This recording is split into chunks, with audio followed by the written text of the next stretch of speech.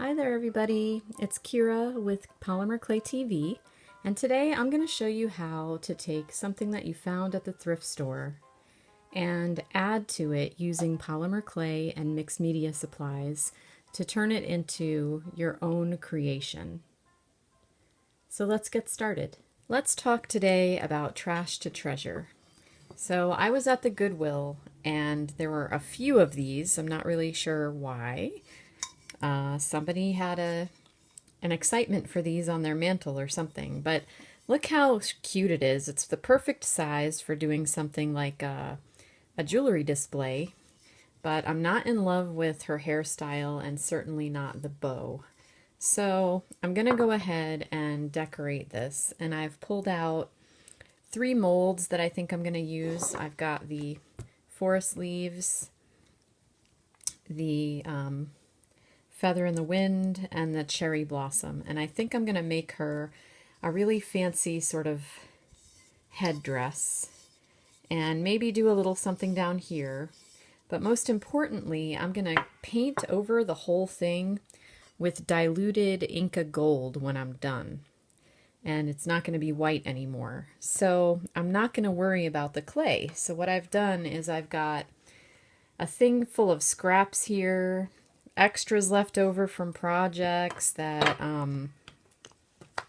that I'm not going to use. I've got stuff that's been silk screened that's like a little bit extra pieces that didn't go with my project, and now I'm not sure what I'm going to do with them besides just roll them up into something else. So I've got all my scraps that are currently lying around. I'm going to mash them all together,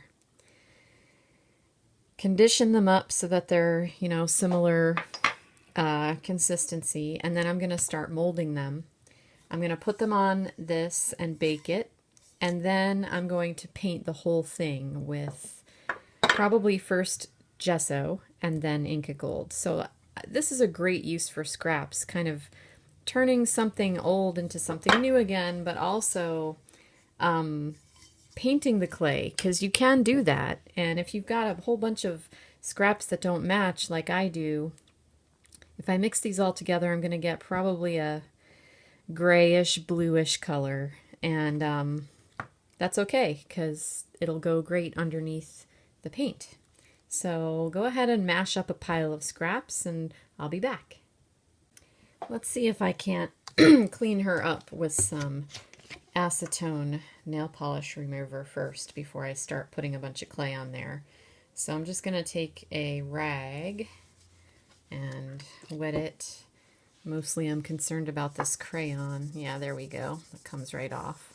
And then just cleaning the surface so that any place I want to put clay is going to stick really well, because it's not dusty and dirty and covered with old dirt. So the acetone actually is a great cleaner for this, because it'll pull off all that old junk.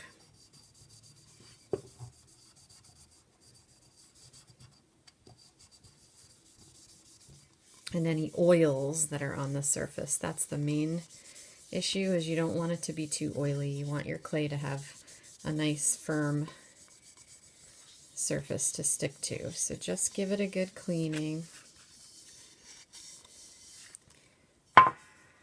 Alright, so I'm a big fan of not using a mold in its entirety. So I just wanted to show you here, I took a piece from here, just ripped off a piece from my conditioned sheet and pressed it into here. This is how it looks, and I'm just going to start sort of laying them onto here, because this kind of looks like hair to me.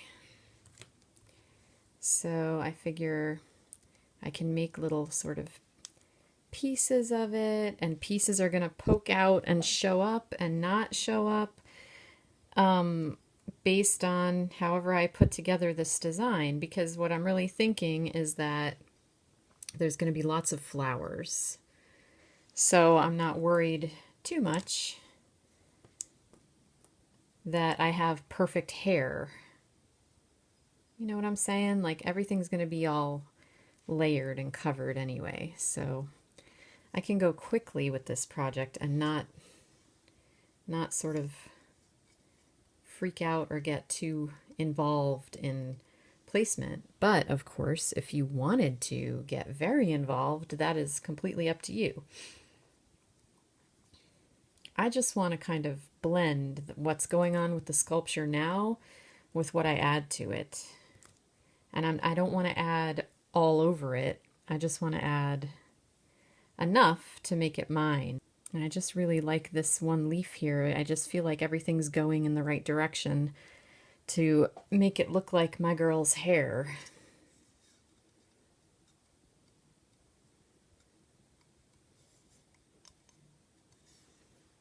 And the ceramic is sort of shiny enough that the clay is just gently sticking to it, which is fabulous. It makes my job easier. But see how you don't have to get too nutty with your molds. You can change them and make them work how you want instead of having to only use the mold the way that it came. So for some of these, like around the edges, I'm going to press them down to make contact and also to blur the lines between where they connect with the pottery and where I stuck them on.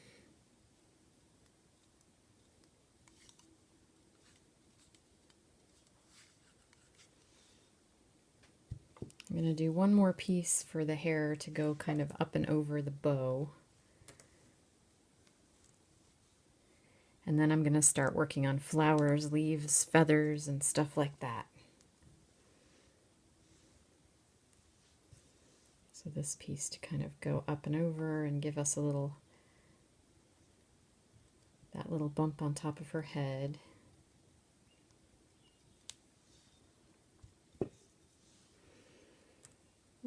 Probably needs a little more. So just keep going. Just keep going until you feel like your transitions are good. That's what I'm looking for right now, is good transitions between what I'm adding and what's already there. With hair that kind of just flows around to the back. And now I'll be much more careful about my flowers and leaves and all that stuff. So I'm going to go ahead and mold a whole bunch of things to use all over her head. And I'm not going to place them on just yet. I'm just going to gather them up for my use.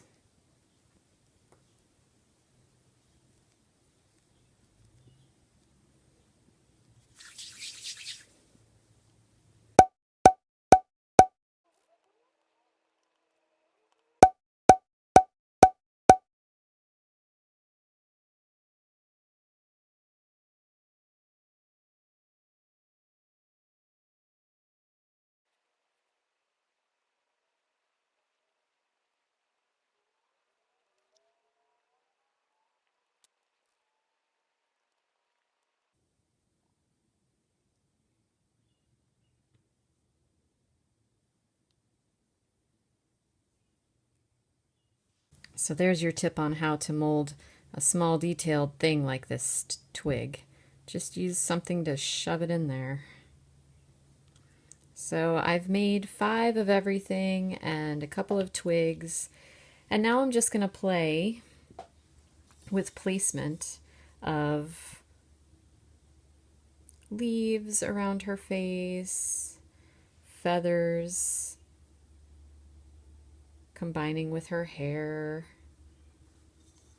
and of course the flowers.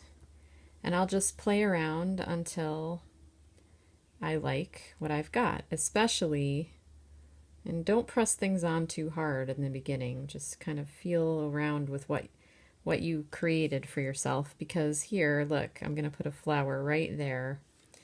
And you can move things around until you decide that you really love what you've got.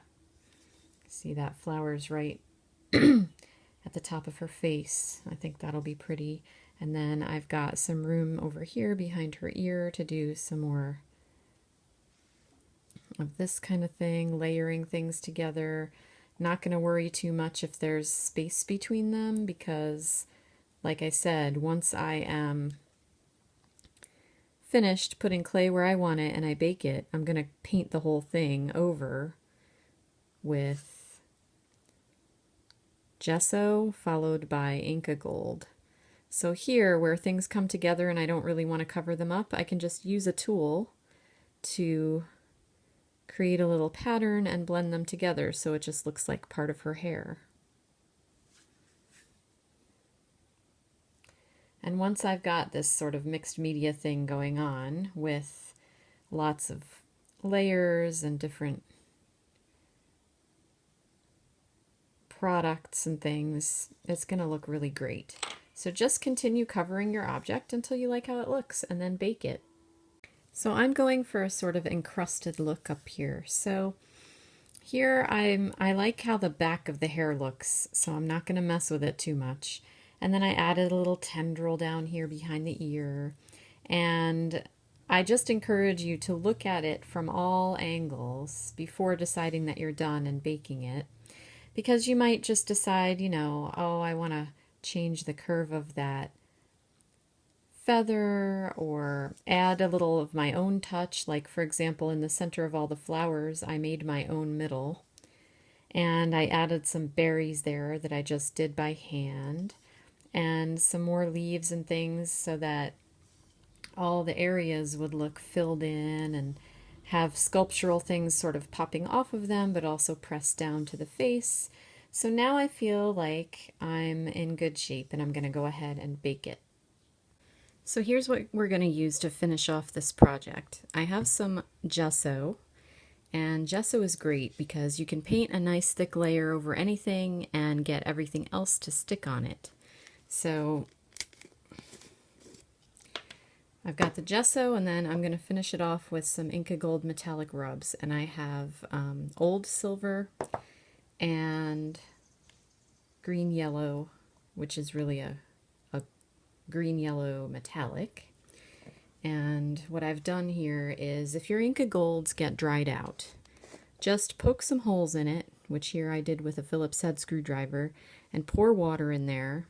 And then in a few minutes when I'm ready to go, I'm going to stir it and it'll be creamy again. They're water-based, so you can do that. And my gesso is pretty thick. This is old gesso, and I like it to be thick for this kind of project because now I know I can just really mash it all down, get it over her actual ceramic parts. It's going to form a nice bond with the clay. Get it in all my parts and spaces. Use a junky old brush for this because sometimes the gesso kind of embeds itself in the brush bristles, and you'll want to not use a really good brush. So this brush is my gessoing brush. Okay, so I'm not going to gesso the entire thing on screen. I'm just showing you I am going to go ahead and go over all of it so that it all has the same color and texture for the base of what I'm about to do next. Alright, my gesso is dry, and now I can use my Inca Gold, which I'm just going to kind of give a little stir to get it moving a little bit.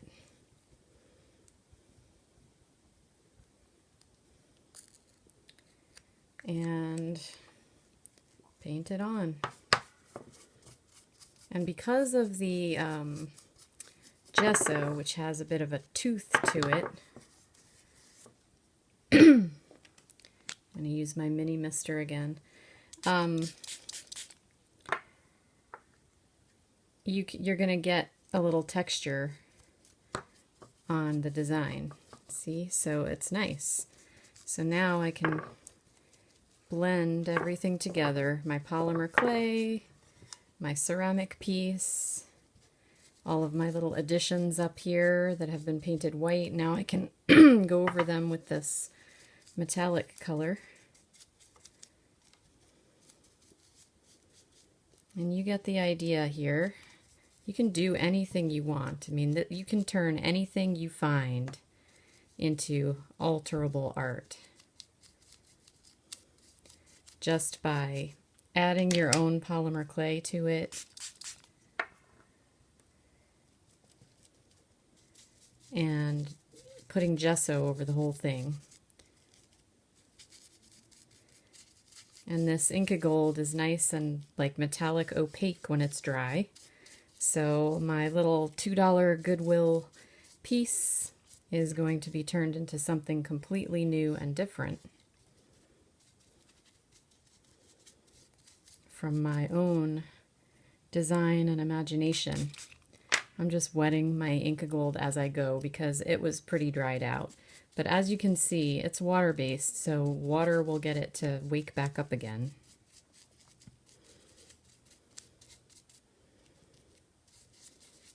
And your Inca Gold is going to dry pretty quick.